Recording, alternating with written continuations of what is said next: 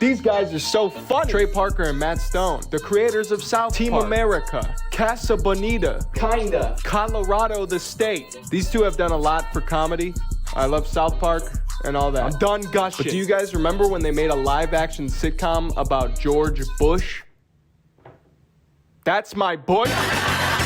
He's the president in residence. He's kind of in charge. He's got the whole country saying, that's my Bush.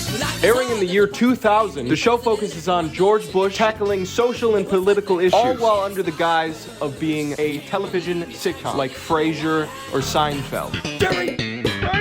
The bumbling husband, the wacky maid, the lovable wife, the hot blonde. Catchphrases like this.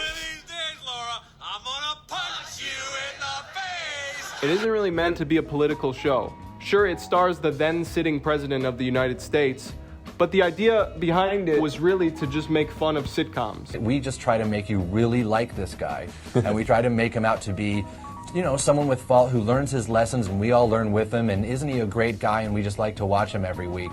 And we really approach it as, you know, Everyone Loves Raymond, way more than we do a Saturday Night Live sketch. I mean, the idea was simple. Make a show about the elected president, who at the time they thought would be Al Gore, and they were going to name it Everybody Loves Al, but after Bush won, they went with a much funnier title, That's My Bush. It's also telling that they came up with the idea before the election, unlike some of these other modern equivalents. I don't need 3 seasons of our cartoon president. I just don't. At its base root level, the foundation for the series was to create a show about a real person. If you were to take any real person and put them in a sitcom, that's just kind of funny. But before that, we were thinking about doing a sitcom about the Baldwin brothers or about, you know, Barbra Streisand, but it's just like get someone to play him. Or our friend Steve, who lives back in Colorado. Yeah, just some guy, Steve. We're going to do a show about him. That's more the idea, is like a sitcom about real people, and then it just became the president. Their approach to writing was simple. Basically, they'd sit in front of a whiteboard, and on one side they put social and political issues like abortion, the war on drugs, euthanasia, and on the other side they put Hollywood sitcom plots, like scheduling 2 dates on the same night, mom coming to town, stealing cable from the neighbor, and they draw lines to each one. Like the pilot, for example. Laura, the lovable wife, is sick of George not being around anymore since getting into office. She asks him to schedule some sort of dinner for once. I wanted to look extra pretty for our dinner tonight. What dinner? George reluctantly agrees, but at the same time, his administration tells him that the pro-abortion and pro-choice people are coming in to discuss that. I can't make the summit tonight, Carl. I have a dinner date with Laura. Well, it's too late. The head of pro-life, Felix Harris, is on his way here, and from what I understand, he's a freak. Where is he? So now he can't cancel on his wife, and he can't cancel on the abortion people. Yeah. What I like most about it is that it has a heart, and it's not some cynical take on a political figure.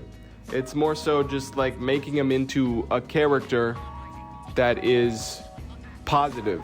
Now, Felix, you need to know that Joyce stands up for what she believes in because she thinks it's right. Yeah!